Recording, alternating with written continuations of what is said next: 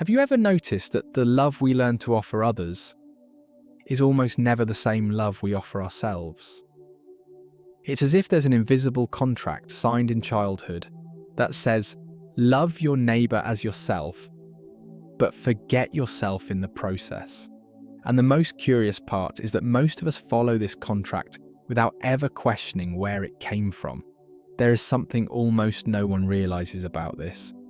Loving others may have become a way to stay accepted, protected, even worthy of affection. But the cost of that is higher than we imagine, because behind many stories of extreme dedication lies a silent truth, an absence of self-love that's been mistaken for empathy, but is actually born from emotional scarcity. Carl Jung once said that what we deny in ourselves ends up controlling us. And when we deny our own worth, we begin to desperately seek validation in the eyes of others. But can true love ever be born from the absence of self? Maybe the real question isn't, how do I love others? But rather, why did I never learn to love myself with the same intensity? In this video, we're going to dive into something deep. This isn't just about self-awareness. It's about reconnecting with what was forgotten, our own presence in the act of loving. We'll explore the roots of self-abandonment, the impact of emotional scarcity, and the transformation that takes place when self-love is no longer the destination, but the starting point. But before all of that, we must understand that love, contrary to what we were taught, is not a passive state. It requires effort, choice, presence. And this is exactly where we begin. It is not what we do, but what we fail to do for love that shapes us most. Carl Jung. From an early age, we were led to believe that love is something that simply happens. A spontaneous, magical feeling that arises when you least expect it, like a breeze entering through an open window. But this romantic notion, although charming, ignores a truth that few have the courage to face. Real love is work. It's a decision. It's a daily effort. To love someone, to truly love, is to be willing to rebuild bridges during storms. To stay present even when walking away would be easier. It's a commitment to listening, to empathy, to the silence of the other. And above all, to listening to yourself. Because without self-love, the act of loving becomes only a reflection of our own emotional hunger. Emotional scarcity taught us that love is a necessity, not a choice. That's why many go through life searching for someone who can make them feel, as if love were a state of being provided by another. But what few understand is that this kind of love doesn't liberate, it confines, because it depends on an external fuel to keep burning.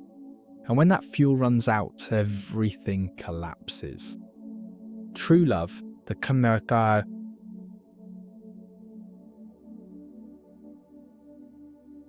kind that remains when emotions fluctuate, is a constant practice. It's not about feeling something all the time. It's about choosing someone, including yourself, even when the heart is tired, even when childhood demands its dues in the form of insecurity, abandonment, or pain. That's where love reveals itself, not in ecstasy, but in the silent effort to stay. It's like trying to grow a flower in dry soil. You have to prepare the ground, water it patiently, protect it from storms. And maybe it won't bloom when you expect it to. But the choice to keep nurturing it is in itself an act of love. That's where self-love finds room to blossom, because it is born precisely where effort stops being sacrifice and becomes care. To love is not just to be present, but to remain available, emotionally, energetically, even when routine, past wounds, or soul-deep exhaustion try to push us away. Love as effort is the opposite of idealized love. It's imperfect, full of flaws, but infinitely more real. Because in it, there are no illusions, only choices. To choose love is to choose to stay. And staying is often a challenge, especially when we've been taught to believe that love should be easy, light, and constant. But nothing truly transformative is simple. And perhaps the greatest act of love we can offer is to keep showing up, even when running away feels safer. And at this point, something even deeper begins to emerge. Who looks outside dreams? Who looks inside awakens? Carl Jung. Many believe that giving of oneself is the same as loving. And yes, there is undeniable beauty in surrendering to another. But when giving becomes a place to hide, it ceases to be generosity and becomes self-abandonment. And the most tragic part is that, most of the time, we don't even realise it's happening. From childhood, we learned that affection comes as a reward. If I behave, I'll be loved. If I'm helpful, I'll be accepted. And so we grow up believing that to deserve love, we must erase ourselves, silence our desires, forget our needs, become experts at meeting others' needs, even if to do that we must abandon our own. This dynamic creates a powerful illusion that love only exists when it comes from someone else. That loving means total and silent self-sacrifice. But what few realise is that this pattern is a direct reflection of emotional scarcity, a desperate attempt to fill an old void with external validation. And the more we give ourselves away, the more we feel the absence of ourselves. This cycle of self-abandonment disguises itself as empathy, but it's a distorted form of empathy where the other always comes first, and we are the last to be heard. And when we try to listen to ourselves, something inside whispers, "You're being selfish," as if taking care of yourself were a crime, as if self-love were a luxury we cannot afford. But there's one detail that changes everything. True giving is only possible when we are whole, when the act of giving comes from a place of inner abundance, not from emotional need. When we don't use others as an excuse to run away from ourselves, that's when empathy becomes authentic, and not just a mask for emotional survival. It's curious how, so often, we cling to the identity of being the one who loves too much, a role we create to hide the insecurity we carry. But that identity is fragile, and sooner or later it collapses. Because no one can sustain love while being absent from themselves. A heart that is empty, no matter how willing, cannot give without self-destruction. This inner disconnection creates unbalanced relationships, where we give more than we receive, and confuse loyalty with submission.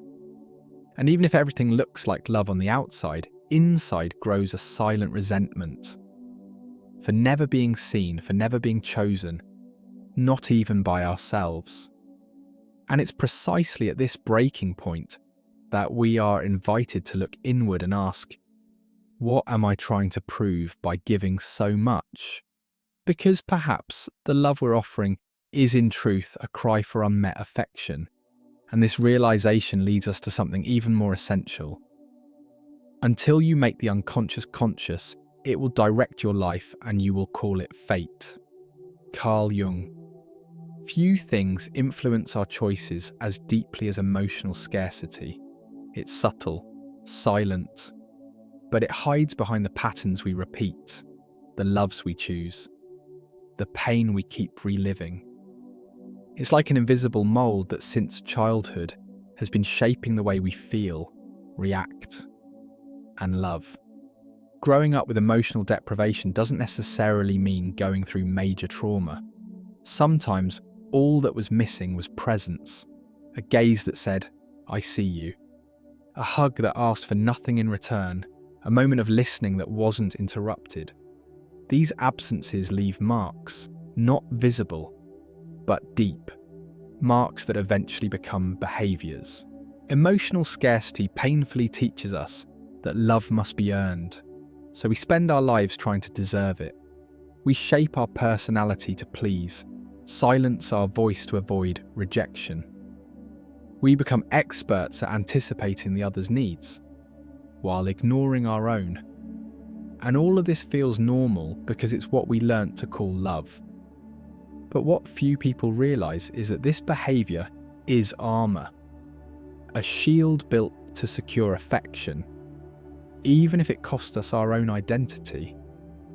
And the more we try to fit in to be loved, the further we drift from who we truly are. Because when love depends on performance, it stops being a meeting and becomes a constant effort. And this effort comes at a cost. Anxiety, guilt, a constant sense of inadequacy. Relationships where we always feel in debt, even when we give everything we have. And a kind of loneliness that doesn't come from the absence of people, but from the absence of ourselves. Because being surrounded by people who love us for what we pretend to be is a painful form of abandonment. But this leads us to something even deeper. The way emotional scarcity conditions our sense of worth. We start to believe that we are worthy of love only when we are doing something for others, that our deservingness is tied to sacrifice. And in this way, self-love becomes a distant idea, almost utopian. Childhood, that sacred territory where we learn what emotional safety is, becomes the cradle of our absences. And those absences scream within us as adults. They scream through jealousy, through dependency, through the need for control. They scream every time someone pulls away, and we feel like we're being abandoned all over again. But there's one detail that can change everything. Recognizing this pattern is the first step to breaking it. Because scarcity no longer needs to define your relationships, and even less your identity. You no longer have to beg for the love that should have been yours from the very beginning. And in that opening, a silent yet revolutionary invitation arises. Loneliness is not the absence of love, but its inability to include yourself in it. Carl Jung. How many times have you loved with everything you had, only to end up empty? How many times have you extended your arms to shelter someone, while your own chest was begging for a place to rest? It's curious how often we become a refuge for others, but never learn to be a home for ourselves. Including yourself in the love you give may be one of the most revolutionary acts a person can practice, because it means breaking away from the logic of worthiness. It means understanding that you don't have to be whole to love, but you do have to be present in yourself, not as a forced priority, but as a legitimate part of what is being built with another. The problem is that we were taught that to love is to erase ourselves, that true love is the one that sacrifices, that gives until exhaustion, that never says no. But that's not love, it's conditioning. Conditioning rooted in emotional scarcity, reinforced by a childhood where more often than not, learning to take care felt safer than learning to be cared for. And when we exclude ourselves from the affection we offer, we create an invisible imbalance, a space where we give more than we receive. Not because the other is abusive, but because we ourselves forgot to include us. And this, without us realizing, pulls us away from true empathy, because those who do not embrace themselves, sooner or later will demand from others the care they never allowed themselves to give. That kind of love is exhausting. It asks too much. It implodes in silence. It sinks in expectations. And when the other doesn't give back in the exact measure of what we've offered, we feel anger, hurt, frustration. But what few realise is that this pain is not the other's fault. It is the echo of our own abandonment. That's why including yourself in love is an act of empathy toward yourself. It's looking at yourself the way you'd look at someone you deeply love. It's offering yourself the same embrace you've so often offered the world. It's realizing that self-love is not the opposite of loving others, but its truest reflection. And when we include ourselves, something shifts. Love stops being a test of worthiness and becomes a space of exchange, of mutual growth. Relationships become lighter, more authentic, and most importantly, fairer. Because no one needs to lose themselves to love, and no one needs to shrink to fit inside someone else's affection. But this only becomes possible when we understand that the starting point of love is not the other. What you deny submits you. What you accept transforms you. Carl Jung. For a long time, we were led to believe that self-love was the final destination of a long journey. Something to be earned after much pain, much sacrifice, many falls. As if it were a prize for the survivors of emotional scarcity. But that idea is dangerous, because it turns love for the self into an unattainable goal, when in fact it should have always been the starting point. Waiting to feel whole before you allow yourself to love is like waiting to learn how to swim without ever getting into the water. Self-love doesn't arise from perfection. It is born from compassion, from looking at your own shadows with empathy, from embracing the wounded child who still lives within you and saying, "I'm here now, and I'm not leaving you again." This is the moment when childhood starts to scream again, because it was there that we learned to seek approval, to negotiate affection, to mould ourselves just to fit in. But self-love begins when we stop following that script, when we stop asking for permission to exist, when we stop looking outside for what can only be found within. Many confuse self-love with high self-esteem, unshakable confidence, or the appearance of strength. But self-love is in truth the permission to be vulnerable. It's staying with yourself on the days when you don't feel like enough. It's choosing to keep going even when the inner voices, echoes of past criticisms, tell you you're unworthy. And it's through that inner movement that love gains depth. Because from that place, loving others is no longer about dependence. It becomes a choice. It's no longer a search for salvation, but an act of sharing. And that changes everything, because what is born from within no longer needs to be sustained by anything outside. Self-love as a starting point is not selfishness. It's maturity. It's the understanding that no one can give what they don't have. That to love fully, you must first find yourself. And though that meeting happens within, it echoes throughout every relationship. Because when you choose yourself, you teach the world to choose you too. In the end, self-love is silence. It's presence. It's that moment when you close your eyes, take a deep breath, and realize that even without applause, without validation, without the guarantee of being loved back, you are still enough. And then everything makes sense. The love you searched for your whole life. Maybe it was never about the other person. Maybe it was always about you, about the forgotten, silenced, sleeping part of you. The one that learned too early to hide just to be accepted. Look closely. What we often call love is merely an attempt to heal something that was wounded in childhood, an echo of the affection we didn't receive, an unconscious repetition of emotional scarcity. And in that pattern, we try to love in order to be loved. We give in order to be seen. We embrace in hopes of being embraced. But are we truly ready to accept that? Because owning that truth takes courage. It means looking at your own story without filters. It means seeing relationships not as salvation, but as mirrors. And understanding that the other person was never responsible for completing you. Because that was always your task. The turning point is here. Self-love is not the destination of those who've overcome everything. It's the beginning of those who, even afraid, choose to return to themselves. It's the gesture of someone who reaches into their own chest and says, I don't need to beg for love anymore. Because now I belong to myself, and in that silent moment, something breaks. But what breaks is the illusion, the belief that love needs someone else in order to exist. What remains then is freedom. Freedom to love without losing yourself, to give without abandoning yourself, to remain whole even when the other walks away.